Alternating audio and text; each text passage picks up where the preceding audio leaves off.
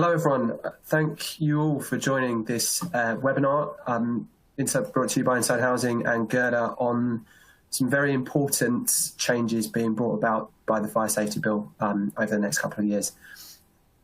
We're very pleased to be joined by a group of excellent speakers who I'll introduce in a moment, but just by way of introduction, I'm sure everyone listening to this webinar is familiar with the clear recommendation on premises information boxes, which it took such a terrible tower block fire to bring forward. But for anyone who isn't, here it is in full.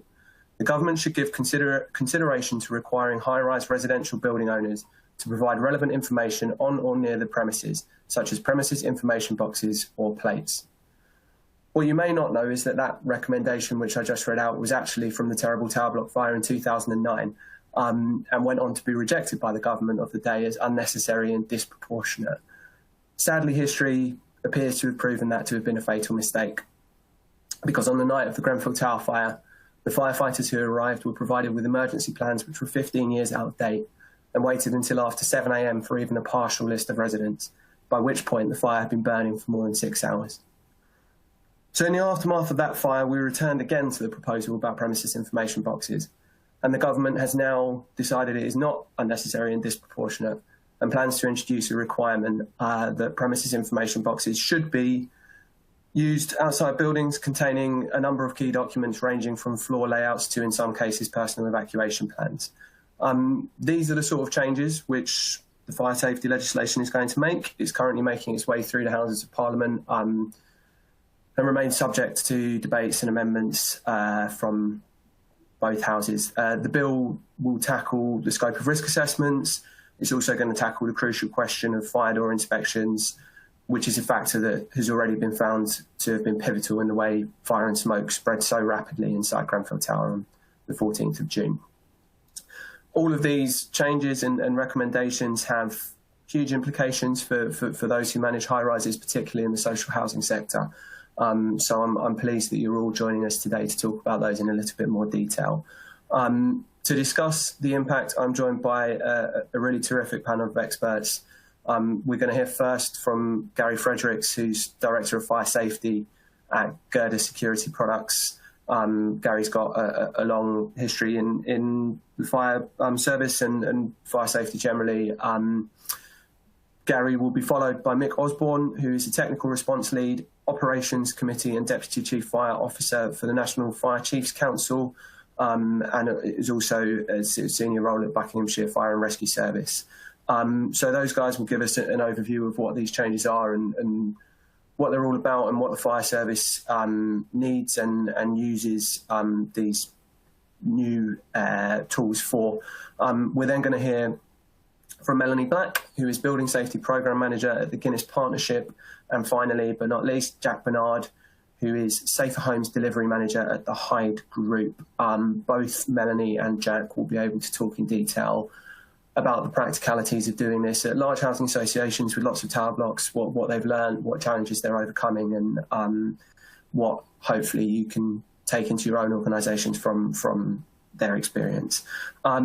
So I'm going to hand over to Gary in just a moment, but just to kick us all off and open the discussion, we're going to run a quick poll, which I believe my technical colleagues will be putting on the screen right now.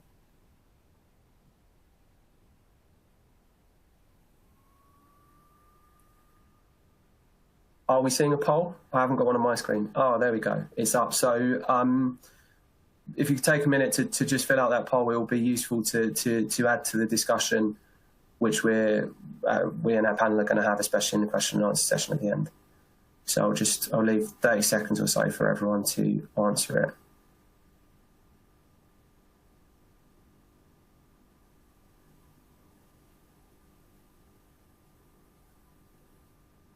I think that's probably enough time. So do our tech wizards want to show the results?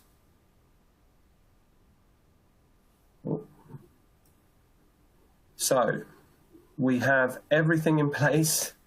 9% of our audience. I shouldn't be too worried by that. Plan to have it happen in the next year. 46%.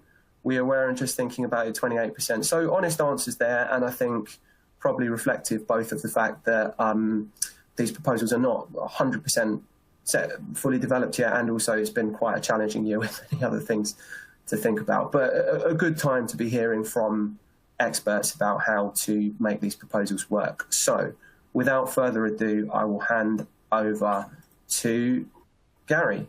Gary.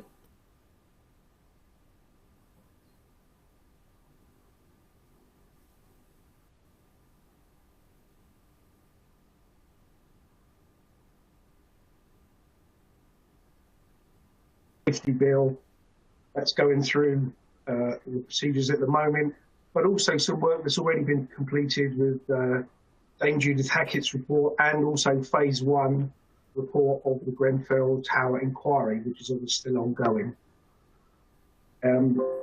It's interesting to note that the draft fire safety bill consultation recommendations within the Grenfell report were announced through the House of Lords within the last 2 weeks. So they were reinforced at those discussions.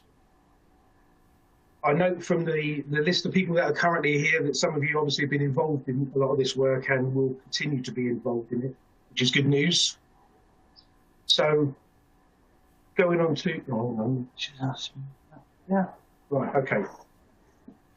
Amongst all this activity that's taken place, one of the key, I think, challenges for you as people that are responsible for buildings is the information provision for the fire rescue service that they need to use in the event of a fire.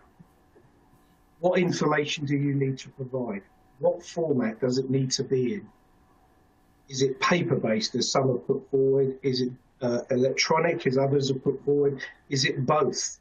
Many have put forward, and how is it going to be used? And the other big challenge, I think, for yourselves will be, how do you maintain the currency of that information in the event that it is used or needs to be used to ensure that the fire rescue service have the relevant information and it's correct at the time of use?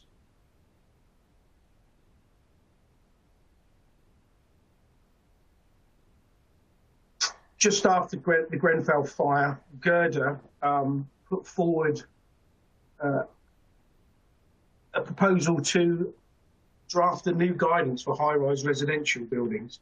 They have in the past provided premises information box for many years with guidance for more complex buildings. But it was seen by Gerda that a guidance document, because of the specific risk and the fact that the focus point is on the residents, not kit that would be in a building that may be a factory production system. So along with the London Fire Brigade, in consultation with them and working with them ongoing, the guidance was developed and published this year and is now being used by many organisations to produce the plans and information that go in the premises information boxes. I think the interesting thing to note is that following the phase 1 report have recognised that there is a requirement to have information at the scene on high-rise residential buildings for use by the fire and rescue service. Because of that, they have asked for a British standard to be produced. And under the umbrella of the Fire Industries Association, along with people from the local authorities, the Fire and Rescue Service, which the other speaker will touch on, people from the fire safety industry, manufacturers, have all been involved in a special interest group in producing the British standard in order to have a consistent approach across the piece, in order that people that need to produce the plans and information provide it with a consistent outcome, which is really important for the fire and rescue service. Now, the chair of the group is an operational senior fire officer from the UK Fire and Rescue Service, So I think they want to make sure that the focus with this system is that it is an operational response tool for the fire and rescue service. It's not a fire safety system, be it active or passive, but it's an operational response tool solely specifically for the use of the fire and rescue service. And that really focuses the mind on what information needs to be provided.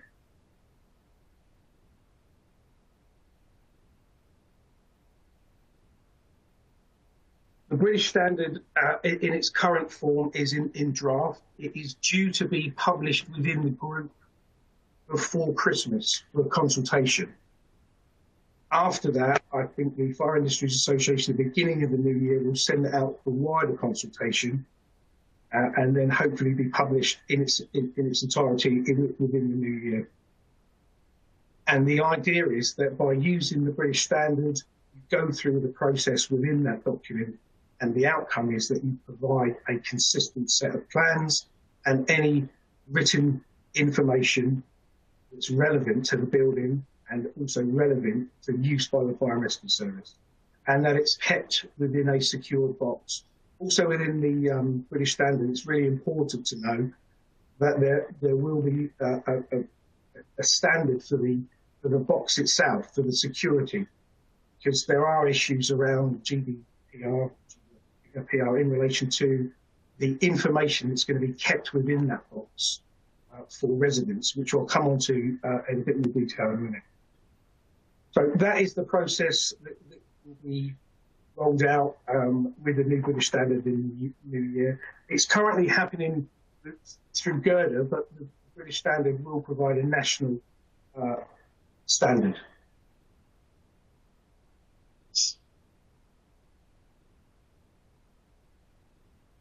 In relation to this slide, what I'm trying to get across here is the fact that there are a number of systems within a building, the building itself, how it's been designed and built, and what relevant information should go into that box for use by the fire rescue service. As you can see, just looking around the centre picture, you've got the plans which have already been shown on the slide. On the top left-hand corner, you've got indication that there's a firefighting lift. With information regarding that, firefighting lifts obviously have been selected, pulled out within the Grenfell Tower Phase 1 report. I don't think it's a big issue to actually identify that they're in the building and what floors they may or may not service. I think the big challenge will be for the landlords is maintaining or providing an up-to-date information about the state of that lift to the fire and rescue service. And I'm sure that Mick will pick up on that later. But it's the maintenance of the information to maintain the currency of it is going to be a real challenge. On the right-hand side, I've just put in there some idea that it could be sprinklers. I know from following the fire, a lot more buildings now have retrofit sprinkler systems. And obviously that information will be critical in relation to not only what the sprinkler service covers, but also isolation systems for the fire rescue service. The fire alarm system I've added, that obviously that will need to be indicated within the plans. I think the critical thing there, lots of organisations have installed fire alarm systems in high-rise residential blocks, buildings. The problem is managing that. And I know a lot of work has been done with the fire and rescue service and the fire alarm industry in providing or producing a new fire alarm system that's more of an evacuation system that is managed and used by the fire and rescue service in the event of a fire at the building, where they can evacuate one or more floors under their control when they need it to be done, and it's not done automatically, which is then uncontrolled. And the final one at the bottom, I've put in there PEEPs. I'm sure you'll know what they are. There's been a lot of discussion about how you can provide information about residents used by the Fire and Rescue Service in the event that an evacuation may need to take place. The fundamentals regarding PEEPs is that it's not a system that can be used within a high-rise residential block, because you wouldn't have trained staff to carry out any roles that they needed to do in the event of an evacuation being required.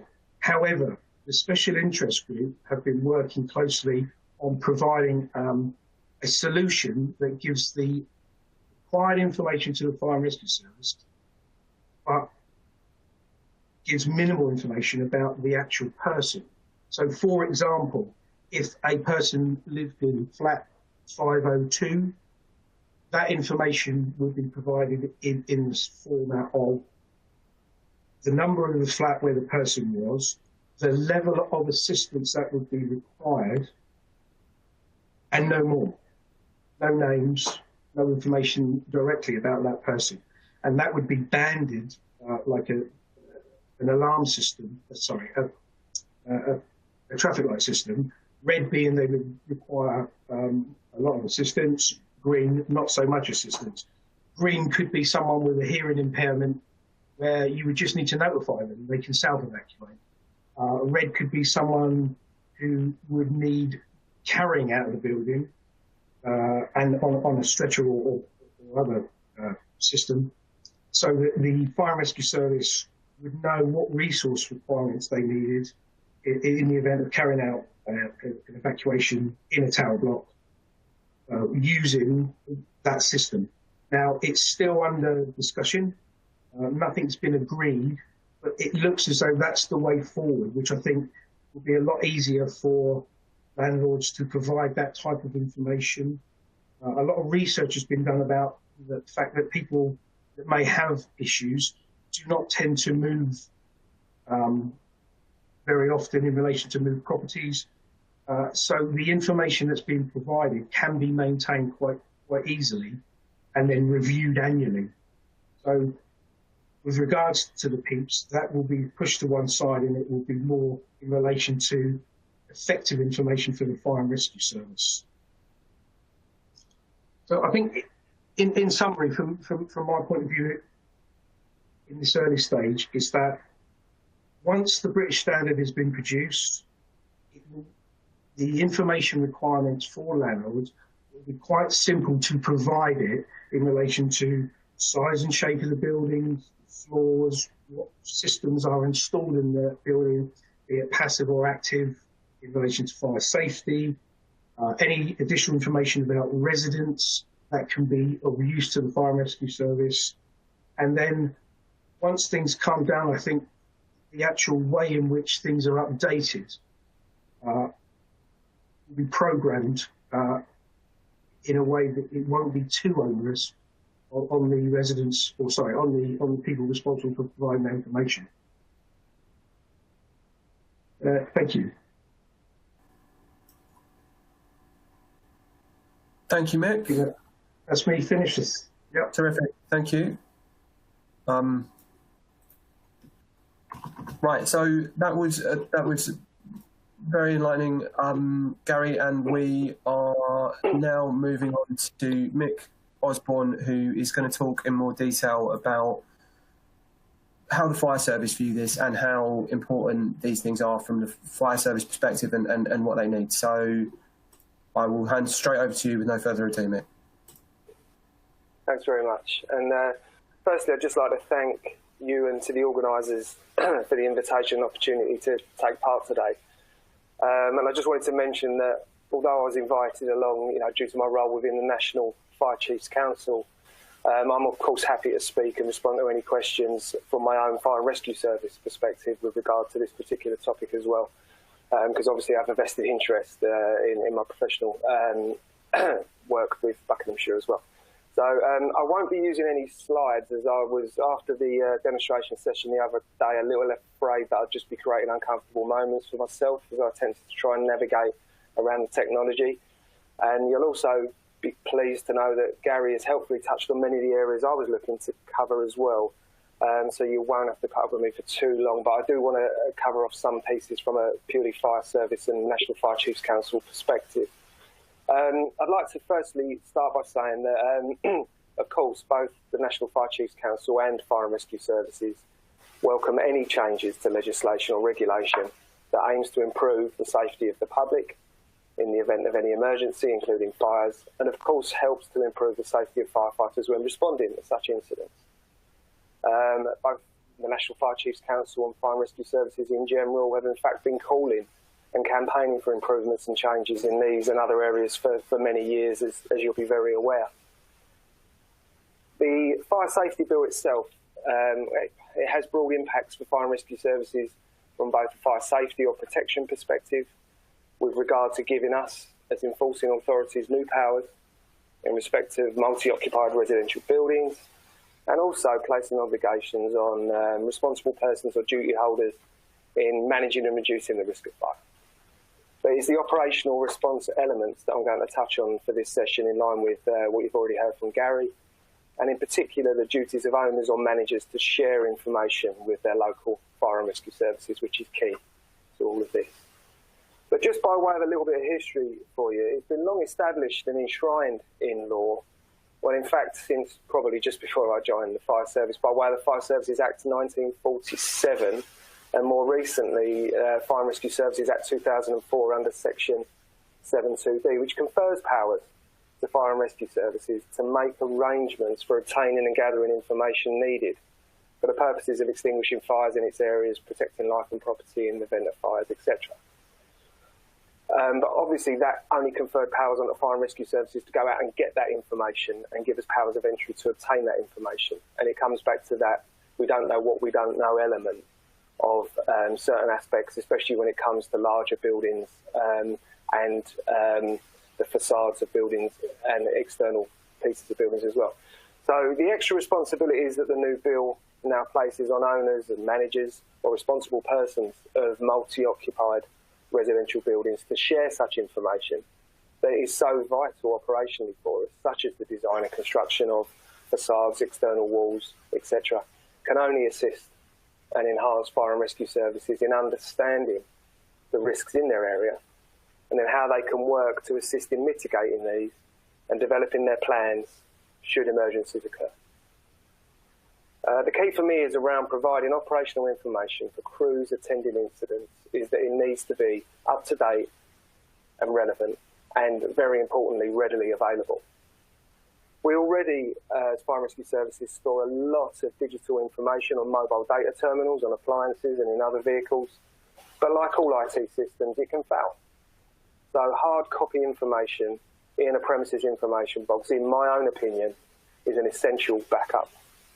However, my caution is, regardless of how the information is stored and presented, it does rely upon the information provider to ensure that it is accurate and, most importantly, up to date.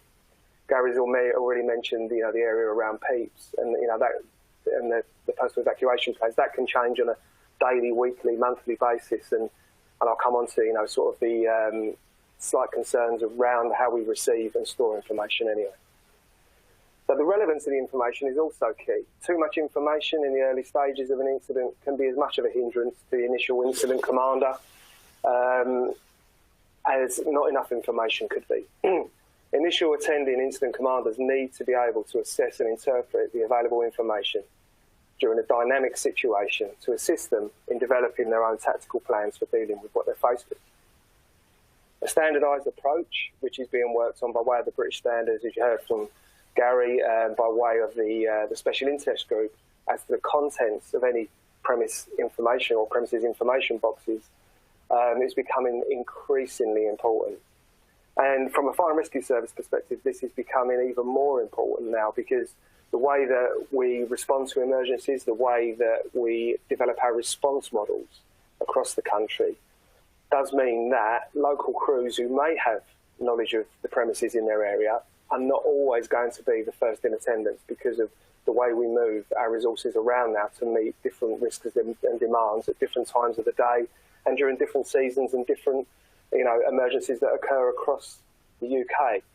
So with regard to that standardisation approach, it is absolutely key and especially if we're crossing borders into other fire and rescue services as well, so that when we attend an incident, we know that the information that we're going to get is going to be of a standard type, and also we can access it in a standard way.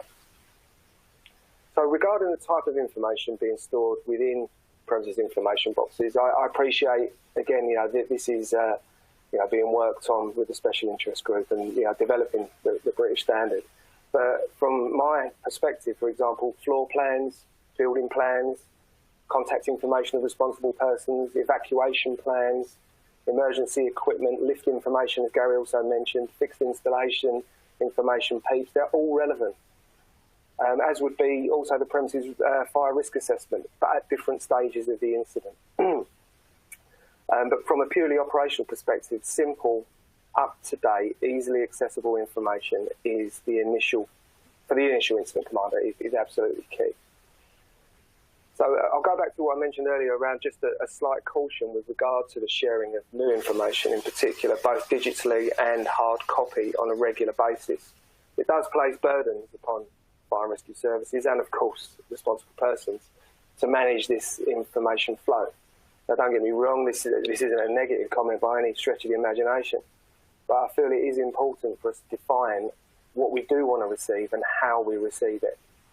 For example, the amendment to the bill does make specific reference to sharing monthly lift inspection results if there is a fault. Again, this is really useful information if it reaches us before the lift has been repaired or is going to be out of action for some considerable time. But from my perspective, there does need to be a very proportionate approach to this and other such information sharing, because receiving information that we're putting into a system that by the time that we've administered that, the information is no longer relevant, would just seem a waste of resource. So it's about how we work, again, with responsible persons and with fire and rescue services locally as to how that information is shared and when, and a proportionate approach for me is absolutely key in that. So, really just to conclude, without sort of going back over the technical aspects of what needs to be in the box, what the British Standard's working on that Gary, sort of expertly covered earlier. Yes, of course, we absolutely welcome these positive changes. We will continue to lobby for further safety regulations and safeguards to ensure the safety of the public and firefighters. A standardised approach with easily accessible, relevant, up-to-date information is, all we ask for, really. And of course, and I have to mention this, we will continue our campaign, and Gary mentioned it earlier, for the installation of automatic sprinklers in high-risk residential premises as well. And again, I make no apology for that. So, I'm more than happy to, take questions at the end or whenever, but, just to support Gary in that piece from a fire and rescue service perspective, the information is absolutely key for us to be able to develop our plans as we move forward, and we welcome those changes to the bill.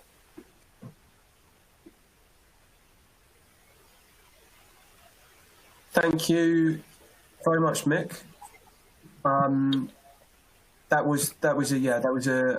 It's always really important to hear not just what this means for housing providers, but what the fire service need from housing providers. So we're going to come to the housing providers in a moment. In a change to the advertised schedule, I'm actually going to go to Jack Bernard from Hyde Group because Melanie's having a little bit of IT trouble. So before I do, I just want to encourage everyone in the audience to use the Q&A function to submit questions. We've got 2 questions come in so far. But look, if there's issues you want covered, which I think haven't touched on, use that Q&A box and we'll come to them at the end. So, I'm just told Melanie's back. So we won't disrupt the schedule. I will go straight over to Melanie. Melanie, over to you. Thank you. Sorry about that few technical issues. I'm hoping that people can hear me now. I'm going to touch on a few things that Gary and Mick have already covered in their presentations, but this is kind of from the perspective of housing providers and the practicalities of firstly getting the boxes in place and gathering the information that goes inside them. So for myself, the project scope was to basically source and arrange the installation of these PIBs at all of our high-rise properties across the country. So for me, that's around 35 properties. I have to say Guinness are also rolling these out across non-high-rise properties. They're putting them in specialised housing and other properties that are deemed appropriate. So that is lots of properties. I've had to identify what information needs to be contained within the boxes. And again, Gary and Mick have touched on a lot of that. And then the hard part is actually gathering up that information. It's okay thinking, okay, we need this, but it's how you actually go about gathering that information ready to put inside the boxes. We have gone with Gerda boxes. I hope Gary doesn't mind me saying there are other kind of premises information boxes out there, but we went with Gerda. They do a mixture of standard and the higher security boxes. One thing that I didn't know, again, lots of the audience might know this, but I'd heard of a Gerda box. I wasn't familiar with the product, is that the keys do vary by location. So I was of the understanding that a Gerda box meant, the fire service in general have this magic key and it will fit the box and they can access it. That's not quite the case. Those types of keys and the key codes do vary by fire authority area. So as the boxes were coming in, I was being sent all these different keys thinking what's happening. So you do have to think of kind of your key storage arrangements. We've cited them within the secure entrance foyer of the buildings. If it is a building that we have got a fire alarm panel fitted, some of the taller buildings do, we've fitted it in that area. In terms of the contents, this is kind of our starting content pack, if you like. We are including some simple site plans. So these are floor-by-floor plans, which I'll show some examples of just further on in the presentation. A crib sheet, an information sheet for the fire service that just at a glance contains some key premises information. Again, I've brought along an example, but the construction type of the building, whether it has a gas supply, whether there's a firefighting lift, who that contractor is, how you would go about accessing the roof, and any key context that we think people might need. And then again, Gary and Mick have touched upon this, customer vulnerabilities. Basically those customers who may not be able to independently evacuate the building. Again, I've got some examples on how we go about gathering that. And a question still at the bottom around whether we're going to include some master keys for within the building. And Mick, I hope I don't offend you by saying it varies greatly depending on which fire officer you speak to, as to some of the opinions about what they actually want within the boxes. Greater Manchester Fire Service said they would like keys in there as long as it's not, a bunch of 100 keys for all the different doors. And some of the contacts in LFB have said, no, we don't want keys. So we're still deciding which route to go down that. But for me, if we do have a master key system and it's a case of putting 1 or 2 keys in a box, I'm happy to do that if it helps the fire service. So in terms of the simple plans, these might not be really clear for everybody to see, but I just thought it might be helpful to include a bit of a snapshot. As I say, we've commissioned Gerda to do our drawings of all of our buildings. They were providing the product that we were looking for, so it made sense to do that. They are not, massively technical scale drawings, but we hope that they provide the fire service with at-a-glance info that they would find helpful in an emergency situation. So they contain things like AOV control points, your riser inlets or outlets. This building, for example, has got a sprinkler system installed, so we'll show where sprinkler control valves are. If the building has a waste chute, we have had an instance of waste chute fires. We show that there's a waste chute system installed, where the fire alarm panel is. So just basic information that at a glance the fire service can see where those key things are. I've included a picture. We've decided to go with floor by floor drawings. I know that there's a stance where you kind of go for your ground floor, an example of an accommodation floor layout, and then your cross-sectional. Please excuse my ring doorbell. But what we've decided to do is floor by floor, because for us, not all of our tall buildings are just simple, straight up and down boxes. they are quite complex buildings, some of them with differing floor layouts. So we thought it would be useful for the fire service. If they're up on the 4th floor, they can see where flat 6 is. If they go up on the 5th floor, flat 9 might be in a different location. So we've done that with our drawings. They also include, I think this one's really helpful, that kind of cross-sectional view of the building, which shows you, again, at a glance on each floor, which flats are contained on that floor level. This diagram shows, again, it's not uncommon. You have odd and even lifts serving buildings, which can cause some confusion if you get in a lift and think you're going to floor 7 and actually you've got in an evens lift.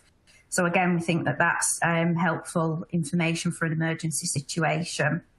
We're also including a basic information sheet, which just basically it will have the building address on there and the details, the 24/7 contact number, what the evacuation strategy is for that building. Again, the fire service generally know this information anyway, that they are pretty familiar with the high-rise buildings in their areas, in my experience, but it doesn't harm to have the information on the form.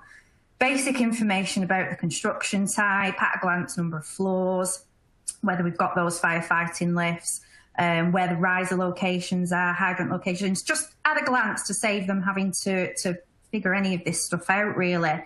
And information about whether there's a gas supply and whether that goes to the flats. And again, these will be laminated within the boxes so that, if wet hands, it doesn't just turn to mush when they touch that paperwork. And then the next part, which probably is a lot of work for a lot of people across the housing sector and causes the head scratching moments, is this customer information and the vulnerabilities information that is crucial for the fire service. But, you have got concerns about customer data and not breaching any of those considerations. So, again, your customer information in terms of vulnerabilities, if it's a specialised housing setting, you generally know that straight away. You've probably already done your person.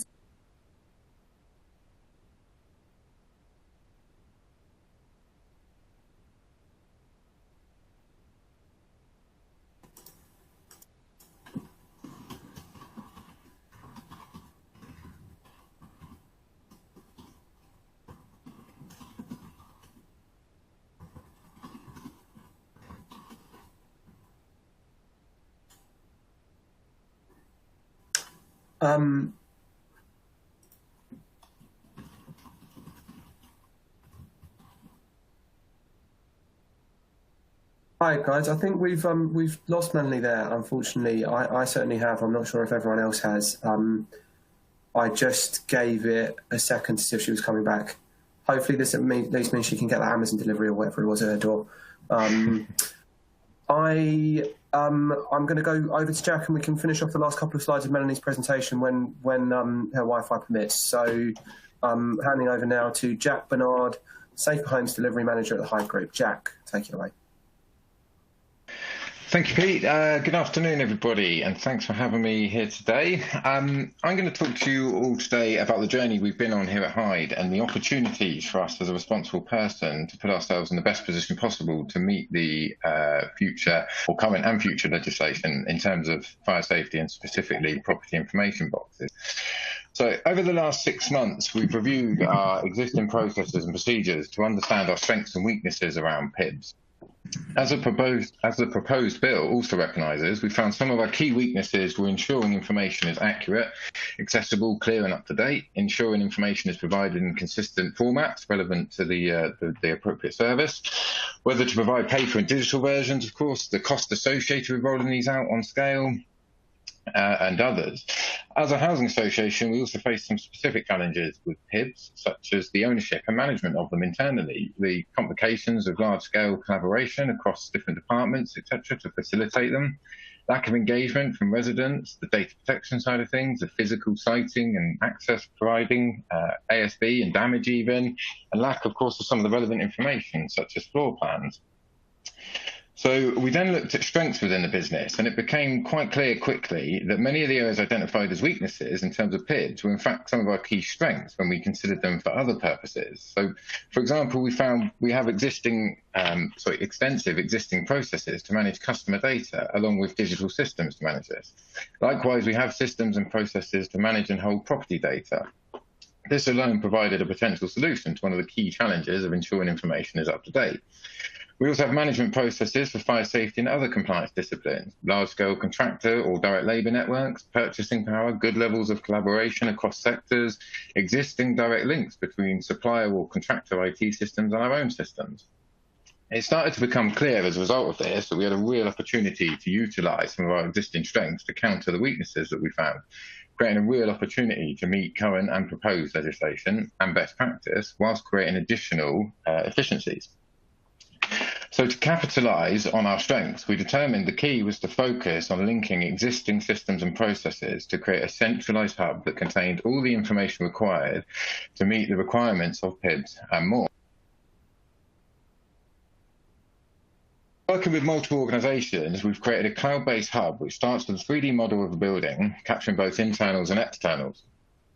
This gives us a floor plan and more. It enables us and other services to familiarise themselves with the building remotely, conducting virtual walkthroughs, for instance, or flyovers. Producing drawings and floor plans are simply a byproduct now of this. We then loaded general building information into systems such as FRA documents, external wall information, and other static types of information. So at this point already, the hub is incredibly valuable to us in providing remote access to key information about buildings, along with 3D interactive viewing. Contract managers, surveyors, property managers, for example, and other services are now able to quite literally fly over and walk through a building, identifying services, escape routes, equipment, or simply familiarising themselves, much in a sort of Google Street View type way. We then directly linked life safety systems into the system. So we have real-time information and data. So fire alarms, emergency lights, lifts, fire door sensors, flood sensors are all directly linked, enabling their current status to be viewed from the centralised hub, both in terms of service and compliance and also their current functional status, all in live time. So with mapping, static info, and now live links from fire safety systems and others, the system is delivering huge value to us. Contract managers and contractors, for example, are now able to carry out remote diagnostics, and we're able to communicate quickly and accurately about equipment that is or isn't present. All of these additional benefits increase safety while increasing efficiencies and thus reducing costs. We then loaded other passive and static information into the hub via asset tagging and geotagging. This enables fire stopping data, for example, to be viewed virtually within the building model. Dry riser inlets or safety signage can be shown and located interactively. Photographic evidence and other certification can be attached to the tags or to tags on the building, enabling us to have a digital record of all the works, for example, large-scale exterior wall system works. The next steps are to create links between our existing customer data and the hub. This will enable real-time customer data to be shown where required. For example, customers with evacuation plans can be highlighted quickly and easily. This function also opens the door to new levels of resident engagement by providing them with clear and transparent access to information about their building. This also enables us to communicate transparently with residents, and in turn it creates an incentive for them to update their information and ensure it's accurate, which helps us and the services ensure their safety. Enabling access for resident also enables us to provide fire safety information in innovative and bespoke ways, such as virtual reality evacuation walkthroughs tailored to suit languages, etc. So by having all of this in one system, we're able to quickly and efficiently meet the requirements of PIBs by having access to all the relevant and required information on a regular basis, on demand, with just one click. But perhaps most importantly, it enables us and puts us in a position to adapt quickly to future changes, like regards to standardization. It also creates the possibility of a digital PIB. Access to the hub could be given to the fire and rescue service, and a QR code, for example, could be located outside the building, which when scanned would show all relevant and requested information using live and accurate data. A 2D or 3D map could be shown, highlighting key equipment. Routes to that equipment could be highlighted. The locations of any fire incidents could be highlighted and shown on the map whilst identifying residents with additional needs and their location. All equipment and information will be shown with their live status thanks to the direct system link. For example, a lift won't just be highlighted, it will be shown as functional or not from that exact moment in time. These direct links also create the possibility of centralized control via the hub, i.e. for the evacuation systems. Equally, a different tailor view could be provided to other services or colleagues, such as property or builder managers, who could use the information and could see information about open jobs, for example, or complaints. As we progress this concept, it's clear it's positioning us to meet the recommendations from the bill in terms of PIBs, along with other guidance, legislation and best practice. But on top of this, it's helping deliver a better service to residents, engage more with residents and other stakeholders, and help us create efficiencies in existing services. And it's combining the functions like this to deliver a multitude of benefits that's created a real opportunity for us. The possibilities to increase the resident safety and engage with residents are endless once the foundation is there and the hub is fully functional. Thank you very much for listening. I appreciate your time. Thank you very much, Matt, Jack. There's a couple of questions coming in which I'll deal with immediately. We've got a few people asking whether or not you're going to get slides. The system is automatically going to send you a recording of this webinar, and that will include slides. So just for the couple of people who've asked that on the chat function so far, and thanks for all the other questions that have come in. Melanie, are you ready to come back for the last couple of slides of your presentation? Yeah, apologies for that. Just had some connection issues. So yeah, I'm ready to come back on. Great. Over to you. Thank you. So yeah, apologies for the connection issues. Yeah, as I was saying, this is probably one of the most difficult areas for housing providers, is to get this up-to-date information from customers. So saying, and I don't know at what point they might cut off.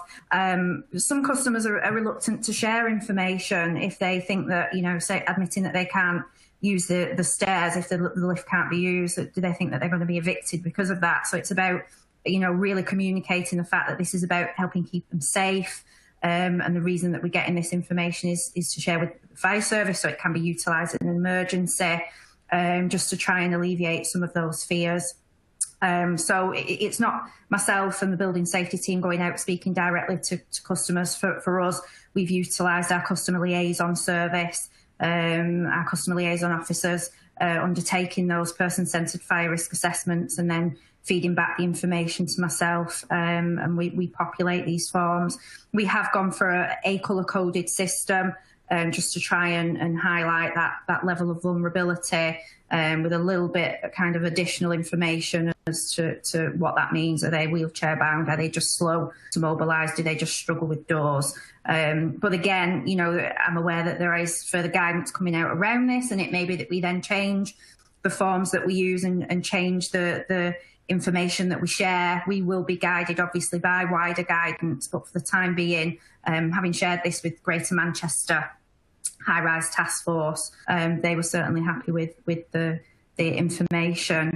In terms of the upkeep of the information, obviously that's another big consideration for any organisation. I think large or small, it's one thing gathering that initial information, all the work that goes into that, but it's only as useful as the day that you put it there. You've got to really keep it up to date.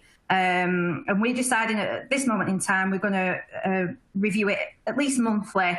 And it's looking like it's going to sit with our building safety managers. They're going to be ultimately responsible for maintaining and upkeeping the information in the boxes. But as I've kind of mentioned, that will rely on using other people in the business, be it customer liaison or other contacts that will pull that information together. But ultimately, the building safety manager will need to make sure that it's there. And if it's not there, we'll need to take real swift action to make sure that we do gather it in. Obviously, as I kind of mentioned, we will be guided by any changes to any legislation and guidance that comes out further along the line. It's kind of ever changing. We're all looking for this. Well, this is the absolute template of exactly what it must look like. But we kind of get a guidance and fit around that. It will be supported by procedure. my manager did threaten to dial in and listen to this. So if he's listening, I've done it. But no, it's underway at the minute. I was speaking to a contact in Greater Manchester Fire Service. I don't think he'd mind me saying they are currently working on some guidance around the contents of premises information boxes. And I have asked for them to share that with me, because obviously I'd like to reflect any of that in what we're actually doing. So it's that's kind of it in a nutshell. It's a whistle-stop tour. It kind of looks quite basic when you jot it down on paper, but it is that initial information gathering project at the start of this, knowing where to look for it, where the detail sits within your FRAs, which other teams hold that information. That's the hard part. And then the key to it really will be keeping it updated and relevant. So yeah, that's kind of where we're at with it. Thank you. All right. Well, thank you to everyone for all of those presentations. We have 10 minutes left in the session and more than 20 questions. So unless we do one every 30 seconds, I'm afraid there's some people I'm not going to come to. But one of the first ones which a couple of people have asked and seems fairly straightforward to answer is this proposal high-rise, 18 metres and above, or is it for all buildings? And I think I'll go to Gary first of all on that. Gary, can you shed any light on that for our listeners? Currently, as I understand it, it's for 18 metres and above. There's further discussions about lowering the height, but at this moment in time, it covers 18 and above. Okay. Thank you very much. That was nice and succinct. Got another question here from Steve Osborne at BPHA. He asked, can fully addressable panels and systems hold the PEEP information? And can that be accessed either when the detector in the flat of origin goes off or by being loaded at the panel by the fire and rescue service? So just around this provision of PEEPs, is that something that can be put in the box and on the panel? I think that's probably one for you, Gary, as well, isn't it? Can you just ask that question again? Yeah, sure. So he's asking, if I'm understanding that the question is written properly, if the panel or the system can hold the personal evacuation information, and if that's something that can be accessed when the detector in the flat of origin goes off. So I guess, is there a system by which you can get the personal evacuation plan on and link that to the fire alarm to give that information, or is that technology that we don't have at the moment? I'm not sure if that technology exists or not. I'd also defer to Mick with this, in that given that the principle of the whole system is that it needs to be very simple and manageable and doesn't break down, and you're not concerned about screens and electricity and things breaking, then it's probably not going to be advantageous in the early stages when you're going to use what the content of the box. However, if it became that it was protracted with a greater degree of commands and information should be accessed, then, well, you'd have to ask Mick as the current serving fire. So Mick, is there anything you want to say on that? Some buildings may not have these systems anyway. Yeah. So, did you want to come in there? I think we'll actually, I'll grab another question, just because, as I said, there's many in the inbox. This one's come from Rebecca Barton, so thank you. It's for Guinness, but I think it could be for Jack or Melanie, really. Who's responsible in your organisations for keeping the customer vulnerabilities up to date? And I take that as a question around personal evacuation plans, and a very, very tricky thing for an organisation to do, know kind of live who needs help evacuating from a building. So, Jack, Melanie, who wants that one? I don't mind responding with what we're doing. Ultimately, the responsibility for the upkeep of all of the information within those boxes will sit with the building safety managers. But as I said, they won't physically be going around visiting the customers and carrying out the person-centred fire risk assessments. We rely heavily on assistance from our customer liaison teams who will keep that up. As I say, it's easier in specialised housing. You've generally got that constant on-site member of staff that knows the customers, knows what the vulnerabilities are. You don't tend to have that in general needs. So it's about regular communications with customers at the point that they're moving in, asking any questions in terms of fire safety. Would they need any assistance? Things like, are they hard of hearing? Would they hear somebody knocking on the door? Would they hear the smoke detectors in the flats? Asking the questions at that point. And then regular comms out to customers, just reminding them to keep us as updated with any changes and emphasising that this is from a helpful point of view. It's not, from the point of, well, we're going to make you move out because it's not safe for you to live here. It's about keeping them safe. I would just, yeah, go on, Ben. Sorry. I was just going to add on to that. Completely sort of agree with Melanie there, and very similar from our point of view. So our resident services teams traditionally have been responsible for that, but we will be moving across to the sort of building safety manager role. But I think I just add on to that, and again, as Melanie touched on, was supported. One thing we have seen, and I think we face as a big challenge in the sector, is the resident engagement. Is of course, we can do everything we can, but if residents don't want to share that information, then it is difficult. And we do see a significant difference in that across tenures, so specifically in our sort of leasehold and kind of shared ownership tenures. They don't necessarily engage as openly, just for whatever reason. So I think we have a challenge there in terms of either incentivizing or something, but trying to increase that engagement from residents to be able to get that information. Thanks, Jack. A couple of questions in here from Stephen McKenzie at the Global Fire Forum, among others, about cost. And specifically, what was the unit cost, if you can say, Jack, of setting up the Hyde system? And what does it cost by block, and how long does it take? I'd be interested to hear thoughts from Gary around cost, if there's anything you want to say, and Melanie. But to come to you first. Yeah, so at this stage, we're in sort of the fairly early stages with the trial at the moment. So as with most trials, there sort of is a can be a reasonable cost in terms of setting things up. But what we're looking to do is build a model that, where it delivers sort of a multitude of benefits across other services, we're essentially looking to offset the cost by increasing efficiencies in other areas. So I don't have a figure to share at the moment, but as I say, we're essentially looking to offset the cost so that it is a neutral cost in terms of driving efficiencies elsewhere. But as we sort of come to a conclusion of the trial, then we'll certainly be sort of sharing more about this across the sector. So hopefully be able to update you further as time goes on. Gary, or Melanie, anything you guys want to add on cost, especially around the boxes?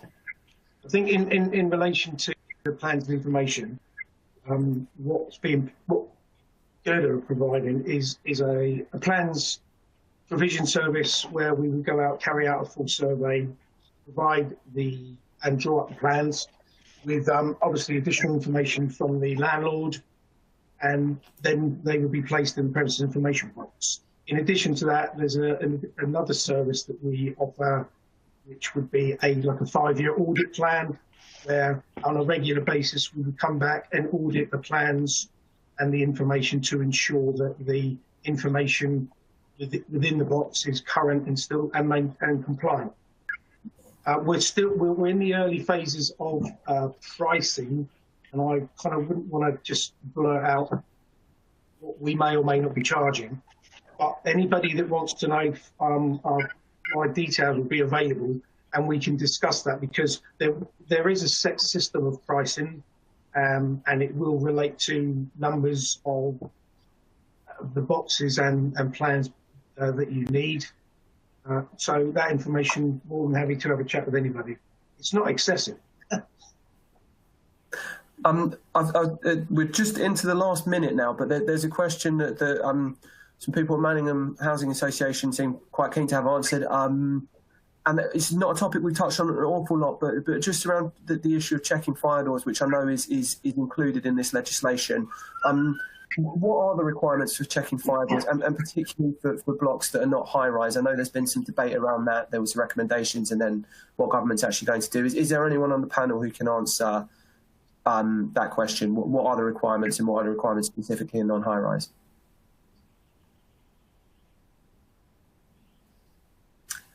Jack, Melanie, is that anything you're tackling in your blocks? Yeah, I personally am tasked with the fire door issue. I can only kind of comment on the way that we're approaching it. Obviously, you need to start with exactly what have you got and where. So it's just been I've undertaken an exercise of counting and allocating types of fire doors to each type of building to know what we've got in each premise.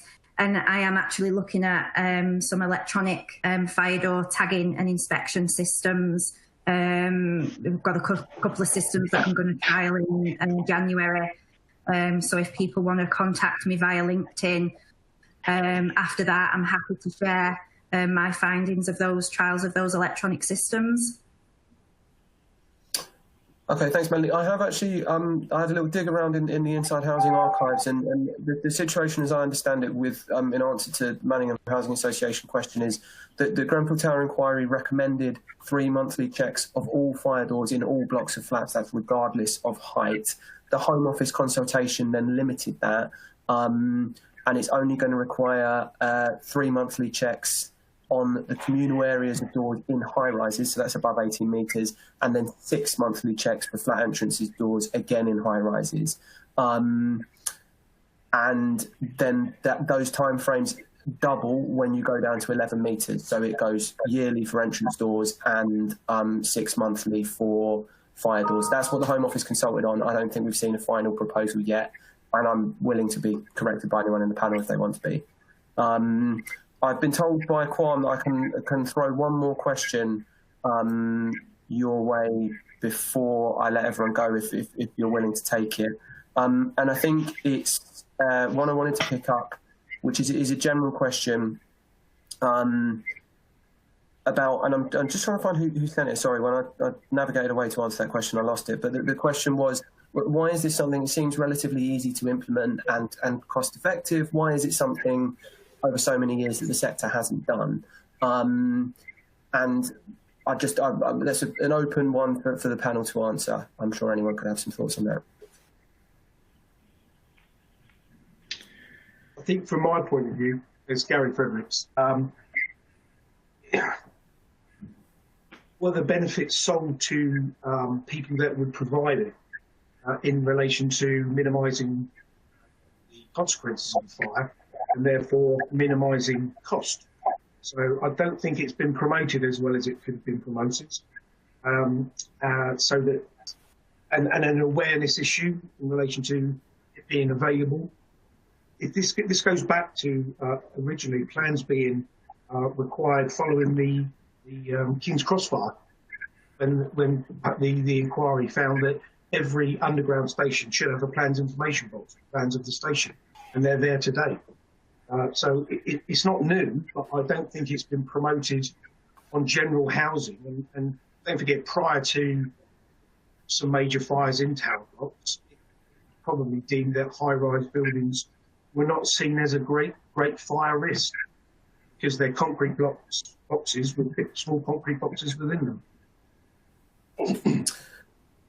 Thank you, Gary. And unless anyone else has anything more to add on that, I should say. Go on. Yeah, sorry, but just to come in on that with what Gary was saying, comes back to a point I made right at the very beginning that fire and rescue services since 1947 have had a duty to gather information about premises in order to make sure that we can respond and plan for events in those premises. And we've had some successes in some sectors and some areas of, the installation of information systems as we arrive.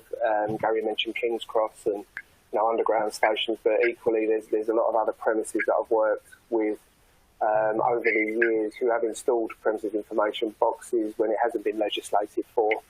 But I think it comes back to, it's similar with the sprinkler debate as well, it's like performance, what gets measured gets done, or if there's a compelling reason to do it or not, then people generally tend to come on board a lot quicker. And it is the hearts and minds thing that we've been trying for many, many years.